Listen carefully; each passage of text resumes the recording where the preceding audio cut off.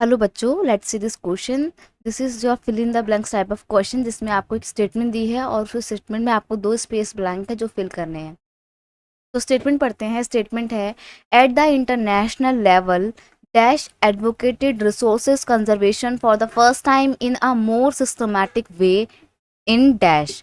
यानी कि यहाँ पर हमारे को किसी एक ऑर्गेनाइजेशन का नाम बताना है जिसने इंटरनेशनल लेवल पर रिसोर्सेज के कंजर्वेशन की बात को उठाया था फर्स्ट टाइम। वो भी बहुत ही सिस्टमैटिक तरीके से उन्होंने रिसोर्स कंजर्वेशन की बात को बोला था। तो वो ऑर्गेनाइजेशन का नाम था the club of Rome.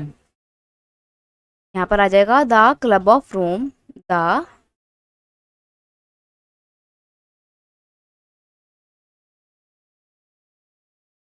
Club of रोम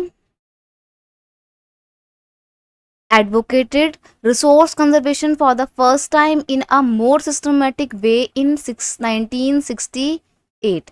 तो द क्लब ऑफ रोम जो है ये इटली का एक ऑर्गेनाइजेशन है जो कि रोम में बना हुआ है, जिसको 1969 में बनाया 68 में बनाया गया था। 1968 में it promoted the importance of resources conservation. इसने रिसोर्स को कंजर्व करने की बात बोली थी। It consist 100 member from through out the world.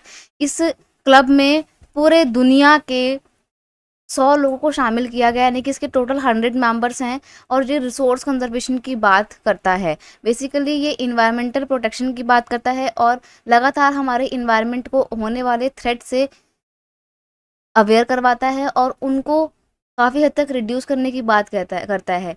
ये ग्लोबल वार्मिंग जो बढ़ रही है उसको भी कम करने के लिए लगातार प्रयास करता रहता है। तो उस ऑर्गेनाइजेशन का नाम है क्लब ऑफ रोम और इसी सिस्टमैटिक वे में रिसोर्स कंजर्वेशन की बात सबसे पहले कही थी। I hope you understood it well. Best of luck.